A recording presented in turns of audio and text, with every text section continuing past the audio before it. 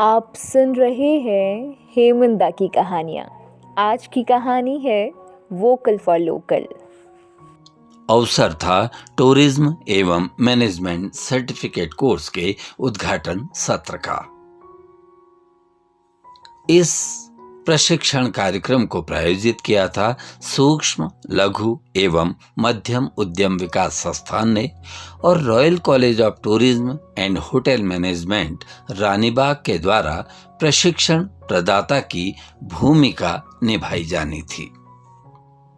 MSME के assistant director mister Amit Mohan, mister Pushkar, royal college के director mister अनुराग Bhosle, programme officer Shrimati Anuradha जी, भास्कर राव भोसले जी, शशि जी और ग्राम प्रधान कलावती थापा जी, ग्राम प्रधान ज्योली शेखर जी और युवती मंगल दल के अध्यक्ष रमा पांडे जी, कई सामाजिक कार्यकर्ता और युवती मंगल दल के अध्यक्ष रमा पांडे जी, कई सामाजिक कार्यकर्तागण, कई जनप्रतिनिधिगण, अधिकारीगण भी उपस्थित थे, जिन्हें आज इस कार्यक्रम में कोरोना वॉरियर के रूप में सम्मानित किया जाना था। एंटरप्रेन्योर्स योगेश बिष्ट, ऋतुराज जोशी उपस्थित थे। कई विशेषज्ञ आज पढ़ाने के लिए उपस्थित थे। फैकल्टी मेंबर्स थे। प्रारंभिक औपचारिकताओं के बाद रोचक चर्चा हुई टूरिज्म पर, मैनेजमेंट पर, स्वच्छता पर। विशिष्ट अतिथि project director SUDA Shri Suresh अधिकारी ने प्रश्नोत्तर विधि से स्वच्छता पर अपने विचार रखे। बारी थी मुख्य अतिथि डॉक्टर हरीश बिष्ट, ब्लॉक प्रमुख भीमताल के वक्तव्य की। सभी विषयों पर रोचक चर्चा हो चुकी थी। उन्होंने मार्केटिंग पर अपने विचार रखे। जब मैंने डॉक्टर हरीश बिष्ट को आमंत्रित किया तो मैंने कहा था कि अपने विद्यार्थी जीवन से ही चिंतनशील रहे हैं डॉक्टर बिष्ट। निर्भीकता के साथ अभिनव प्रयोग करना इनके कार्य पद्धति का वैशिष्ट्य रहा है। मुझको तूफान से लड़ने में झिझक क्यों होगी, जबकि तूफान से लड़ना है जरूरत मेरी। इन शब्दों के साथ डॉक्टर हरीश बिष्ट को माइक्रोफोन पर मैंने आमंत्रित किया। मार्केटिंग विषय पर डॉक्टर हरीश बिष्ट ने बोलना प्रारंभ किया। मार्केटिंग के विषय में हम बड़े बड़े संस्थानों में पढ़ते हैं, ज्ञान अर्जन करते हैं, लेकिन हमारे बुजुर्गों के जमाने में ऐसे संस्थान थे ही कहाँ। लेकिन मार्केटिंग वो भी करते थे। उनका अनुभव, उनका चिंतन विशेष था। आज भी हम रोजमर्रा के जीवन में उनके चिंतन को प्रयोग करते हैं, उनके प्रयासों से सीख लेते हैं। हमने उनके प्रयासों का अध्ययन करना चाहिए, उन पर रिसर्च करनी चाहिए कि इस परिवेश के बुजुर्गों ने कैसे मार्केटिंग की होगी। इसके बाद डॉक्टर हरीश बिष्ट जी ने स्थानीय उदाहरण दिए। हमारे ज्योलिकोट में ही बिशंदा यानी बिशन सिंह बोरा जी थे ना, उनकी मार्केटिंग और बिजनेस की टैक्टिक्स अजब थी और वो मार्केटिंग को चैलेंज के रूप में भी लिया करते थे। बिशंदा ज्योलिकोट में मशरूम भी बेचा करते थे। उन दिनों मशरूम का बड़ा चलन था। बटन मशरूम, जिसे वैज्ञानिक एगेरिकस कहते हैं, पैकेट्स में उन्हें बेचा करते थे बिशंदा। लेकिन 2-3 दिन तक मशरूम ठीक रहते और लगभग तीसरे दिन हल्के पीले पड़ जाते। बिशंदा के मन में कभी कभी यह अपराध बोध जागृत होता था कि कहीं पीला पड़ा मशरूम स्वास्थ्य के लिए हानिकारक तो नहीं है। इसलिए उन्होंने मशरूम के विशेषज्ञ के पास जाना मुनासिब समझा। पूछा कि मशरूम खाने योग्य कितने दिन तक रहता है। विशेषज्ञ ने बताया कि 2-3 दिन में यदि हल्का पीला भी पड़ जाता है मशरूम तो वो बेकार नहीं होता। हाँ, उसकी छिलके को आप निकाल लीजिएगा, एक हल्के सी परत को अगर आप निकालेंगे वो फिर से सफेद होता है। पकाइए, खाइए। आश्वस्त होकर बिशंदा दुकान में लौट आए। उन्होंने सफेद मशरूम के पैकेट्स को एक ओर और जो हल्का पीला पड़ गया था उसके 4 पैकेट शेष थे, उन्हें एक ओर रख दिया।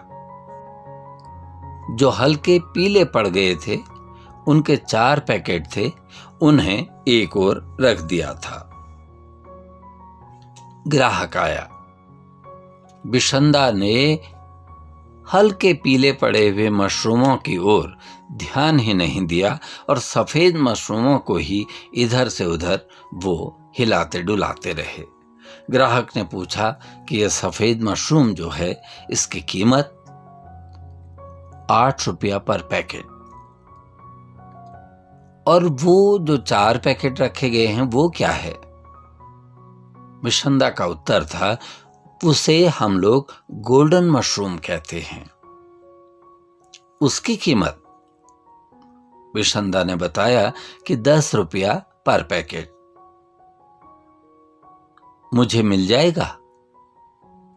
सर, इसकी डिमांड ज्यादा है, 1 पैकेट आप ले जाइए।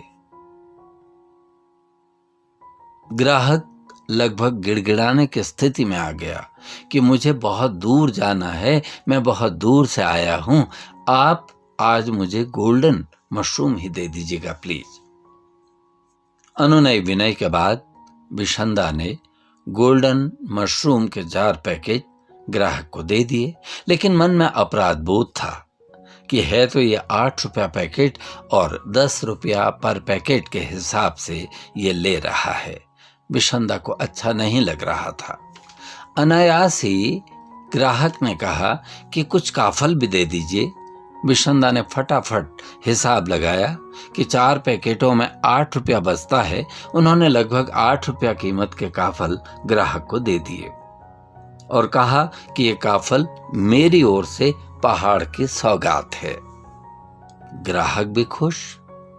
बिशंदा अपने चैलेंज में जीत भी चुके थे और जाते जाते उन्होंने कहा, हाँ, पकाने से पहले इसकी बाहरी परत आप निकाल लीजिएगा और सफेद होने के बाद काटिए, पकाइए और फिर खाइए।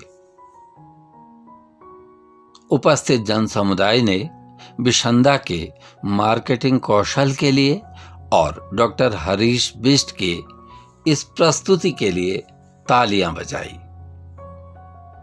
तभी अतिथियों में उपस्थित एडवोकेट ललित जोशी, जो जूलीकोट के ही हैं, उन्होंने कहा कि वो सिसोन यानी बिच्छू बूटी वाला उदाहरण भी तो दीजिए। डॉक्टर हरीश बिष्ट खिलखिलाते हुए बोले कि बिशंदा फूलों के गमले भी बेचा करते थे और उन्होंने अपनी दुकान के बाहर फूलों के गमले रखे हुए थे। 8-10 गमले तो ठीक थे, लेकिन 2-3 गमलों में फूल सूख चुके थे और बिच्छू उग चुका था, जिसे हम सिसोन कहते हैं। सिसोन यानी बिच्छू बूटी। एक ग्राहक आए, फूलों के गमले खरीदे। अनायास से उन्होंने पूछा कि ये 3 गमले अलग क्यों रखे हैं? बिशंदा ने अपने प्रतिव्युत्पन्न मति से यानी प्रेजेंस ऑफ माइंड से कहा कि सर, ये करेंट प्लांट है, इसलिए अलग रखा है। Current plant? जी, छू के देखिए। ग्राहक ने करेंट प्लांट यानी बिच्छू को छुआ करते हुए हाथ पीछे खींचा। हंसते हुए ग्राहक की पत्नी ने भी छुआ, उसने भी पीछे खींचा। और बच्चों के लिए तो ये कौतूहल का प्रश्न था। बच्चे जिद में अड़ गए कि हम जरूर करेंट प्लांट खरीदेंगे। तीनों करेंट प्लांट के गमले खरीद लिए गए। बिशंदा ने मन ही मन केवल गमले के, मिट्टी के, मेहनत की ही कीमत जोड़ी और बिच्छू बूटी की कीमत नहीं जोड़ी। तीनों गमले खरीद लिए गए और फिर ग्राहक बोला कि हम इनका करेंगे क्या। विशंदा ने कहा कि इसमें फॉर्मिक एसिड होता है, कहीं पे भी दर्द का अनुभव हो तो आप लगाइए, दर्द भूल जाइएगा थोड़ी देर के लिए। ग्राहक प्रसन्न हुआ और आप अपने अहाते में लगा दीजिए, जब ये डेवलप हो जाएगा कभी भी चोर आएंगे, अजनबी आएंगे, छूते ही भाग जाएंगे। ग्राहक मुस्कुराते हुए गमले लेकर प्रस्थान कर गए। तभी डॉक्टर हरीश बिष्ट ने एक और उदाहरण दिया। उदाहरण था रूसी गांव के कुंवरदा का। कुंवरदा दूध बेचा करते थे, इसलिए हर वर्ष हल्द्वानी से भैंस विक्रेता के यहाँ से भैंस खरीद कर लाते थे। कुंवरदा कहते थे कि कई सालों से मैंने ये नोट किया कि जो भैंस मुझे पसंद होती, भैंस विक्रेता उसकी कीमत बढ़ा देता। इस बार कुंवरदा ने एक नया उपाय खोजा। वो गए, उन्होंने सभी भैंसों पर सरसरी दृष्टि डाली। एक भैंस उन्हें बहुत पसंद आई। उसको लगभग नेग्लेक्ट करते हुए वो उस भैंस के करीब गए जो बहुत ही निम्न स्तर की थी और उन्हें बिल्कुल पसंद नहीं थी। कुंवरदा ने कहा कि ये भैंस मुझे पसंद है, दीजिए ना। भैंस विक्रेता ने कहा तो बहुत कॉस्टली है, बहुत कीमत की है, 25-30 हजार की है, आप नहीं ले पाएंगे।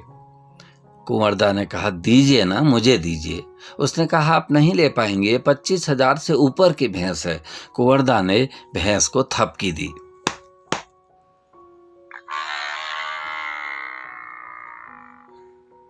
थपकी देते ही भैंस रंभाने लगी। कुंवरदा ने कहा इसने भी स्वीकार कर लिया है कि मुझे कुंवरदा के पास ही जाना है, अब तो मुझे देनी ही पड़ेगी। भैंस विक्रेता समझ गया कि कुंवरदा की पसंद ये है। उसने उसकी कीमत बढ़ानी प्रारंभ की और कुंवरदा को बेवकूफ़ बनाने के लिए कहने लगा कि वो भैंस देखिए 16 हजार की, वो 15 हजार की, लेकिन ये तो 25 की है, इसको लीजिए, आप 25 दे दीजिए, कुछ दे जाइए, बाकी बाद में दे जाइए। कुंवरदा अचानक पलटे। उन्होंने कहा मेरे पास इतने पैसे तो है नहीं, और जो पसंद कुंवरदा को थी उसकी कीमत मात्र 15 हजार थी। कुंवरदा ने वो 15 हजार की भैंस पकड़ी और भैंस विक्रेता देखता ही रह गया। कुंवरदा भैंस लेकर आ गए। फिर से तालियां बजने लगी। कुंवरदा के कौशल पर और डॉक्टर हरीश बिष्ट जी के बहुत ही सुंदर तरीके से उन प्रशिक्षुओं को समझाने की विधि से बहुत ही प्रभावित हुए प्रशिक्षु। डॉक्टर हरीश बिष्ट बोले इसलिए मैं कहता हूं कि संस्थानों से डिग्री जरूर लें, लेकिन अपने बुजुर्गों, अपने स्थानीय लोगों, स्थानीय गुरुओं पर भी ध्यान दें, उनकी स्किल का भी आप लाभ उठाएं। वर्तमान समय स्थानीय रोजगार को बढ़ावा देने का भी है। अनुराग जी बोले बिल्कुल ठीक कहते हैं सर, वर्तमान समय में हमें स्थानीय के लिए मुखर होना चाहिए, वोकल फॉर लोकल। एक बार फिर से तालियां बजने लगी।